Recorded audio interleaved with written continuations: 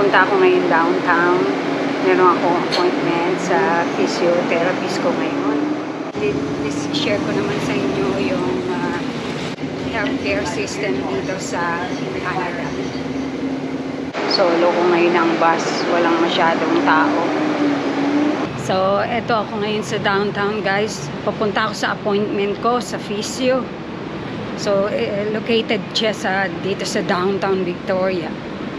Pero dahil meron akong extended health plan dito sa Canada, cover yun ng employment ko dito sa Canada, wala akong binabayaran.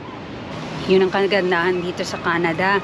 Yung ibang employer, kino-cover nila ang medical services at medical plans ng mga employees.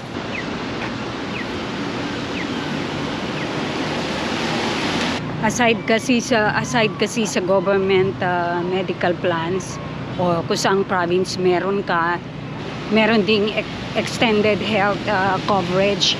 Parang HMO sa atin, parang Medicare or ano pa ba yung ibang mga HMO dyan sa atin. HMO sa atin, di ba? Ibang company, part ng benefits nila sa company, yung mga HMO, medical coverage. Ganon din dito. Kaso dito kasi, sa Canada, ang medical services plan ay importante kasi mahal ang padoktor dito. Parang katulad din sa iba, di ba? Mahirap magkasakit kasi mahal ang gastos.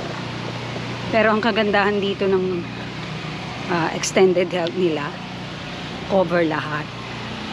Pati salamin, dentures, dental, cover lahat. So dito yung physio ko sa geometry. So dahil COVID, yung physiotherapies, susundin ka na lang dito sa pinto. Hindi ka pwedeng pumasok sa loob dahil nga sa COVID situation ngayon. So, bali papasok lang ako, ipapakita ko yung aking kasi under ako ng Pacific Blue Cross, mga services offered nila.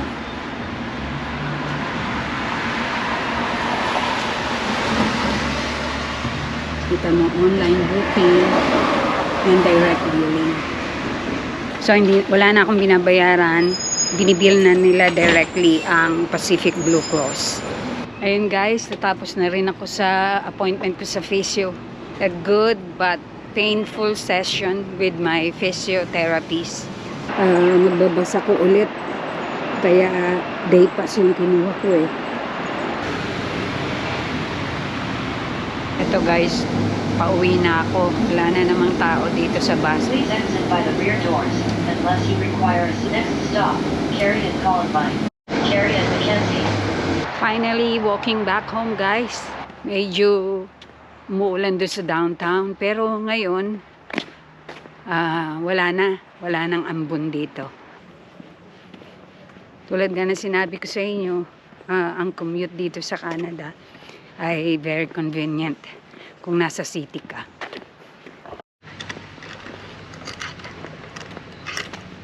Finally, back home.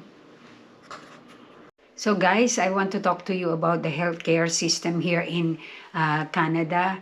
So as a newcomer, kung sakaling makakapunta kayo dito sa Canada, you have to have a mandatory coverage for medical services here. Katulad dito sa British Columbia, we call it MSP, which is the Medical Services Plan of British Columbia. So in every province, may kanya-kanyang medical services plan. Noon, may monthly kang babayaran sa BCMSP. Para siyang PhilHealth sa atin. So, noon meron $62.50 na binabayaran monthly ng single person. Tapos pag family kayo, $115 monthly.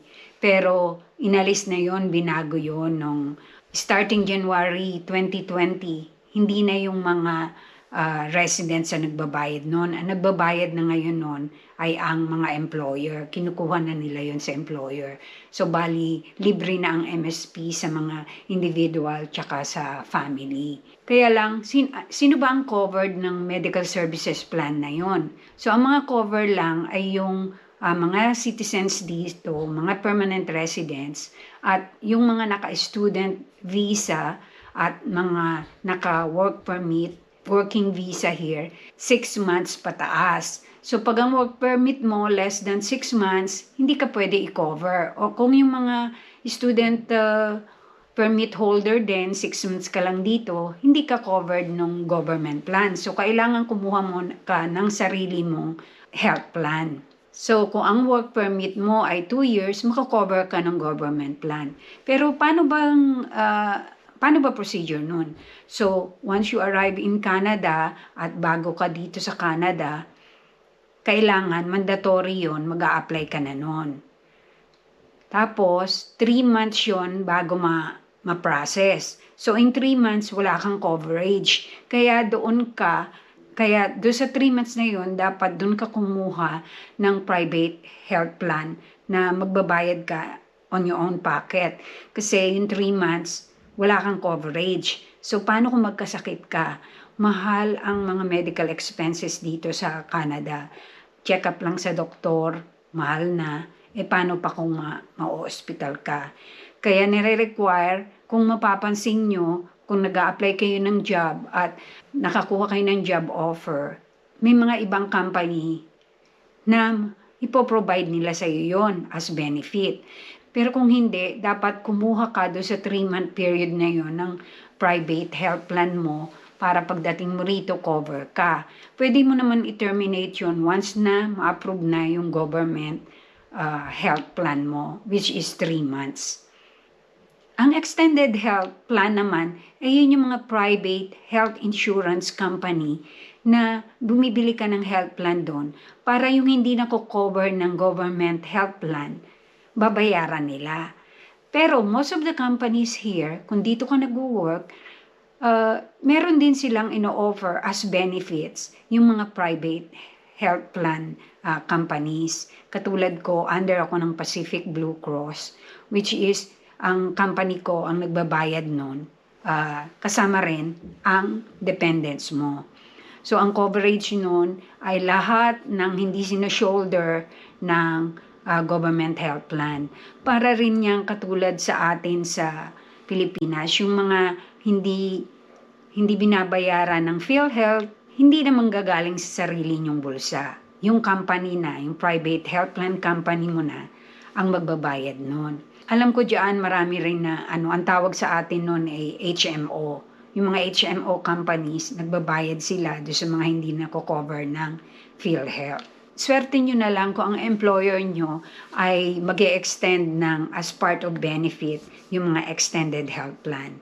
Tulad nga ng sabi ko sa'yo kanina, nagpunta ako kanina sa physio ko, yun walang charge yun. Ang coverage naman ng health plan ko ay 100%. Bali, health yun, drugs, and dental. So, bigyan ko kayo ng idea kung magkano ba ang private health plan dito sa Canada. Ako sa Pacific Blue Cross. Satisfied ako sa services ng Pacific Blue Cross kaysa dun sa mga ibang plan ng employer ko. Pacific Blue Cross na talaga ang pinakamaganda sa tingin ko. So, bigyan ko kayo ng idea para dun sa mga parating pa lang rito at kung sakaling sa 3-month waiting period, kung magkano ang presyo. So, sa Pacific Blue Cross, kung included ang health, drug, and dental, may pinakamura ng plan like $62 a month. Tapos, pinakamaganda na yon yung merong $100 enhanced drug. Ibig sabihin, yung mga prescription drugs na hindi kino-cover ng government plan, babayaran na ng buo ng Blue Cross. Yun nga lang, magbabayad ka ng certain monthly fee sa coverage ng private health plan. Pero ito sinasabi ko sa inyo, kahit may bayad yun, huwag nyo sabihin na hindi naman ako lagi nagkakasakit Hindi ako kukuha ng private health plan. hindi nyo rin masasabi yun. Para rin yun sa kabutihan nyo. Kaya, dinidiscourage ko yung iba na hindi kumuha ng health plan dito sa Canada. At kasi, lalo na kung bago kayo, paano kung magkasakit kayo? May pambayad pa kayo sa ospital, sa mga espesyalista dito. Mahal talaga ang bayad dito. Kaya dito bawal din magkasakit kung wala kang health insurance plans. So kung sa tingin nyo hindi naman kayo laging nagkakasakit, di kumuha lang kayo ng pinaka-basic. Tapos ayaw nyo ng may dental plan kasi ang nakakamahal lang talaga dito yung dental plan eh. Pero kung ayaw nyo naman, okay lang din. Nasa sa inyo yun. At sana ang makuha yung employer ay nagsusupport at nagbibigay ng benefits ng private health plan. Sa different provinces dito sa Canada, may kanya-kanyang pangalan ng government health plan at kung paano ang procedures at guidelines na mag-apply. But it is mandatory and compulsory na pagdating nyo sa Canada, mag-enroll kagad kayo sa government health plan. Tapos habang naghantay kayo ng 3 months, kumuha kayo ng private health plan to cover your medical here in Canada. So guys, I hope, okay guys, for those who haven't subscribed yet, pahit na lang ng subscribe button and the bell notification para patuloy kayong makareceive ng notification ng mga videos namin. And if you like this video, just give me a thumbs up and that's it guys. Stay safe.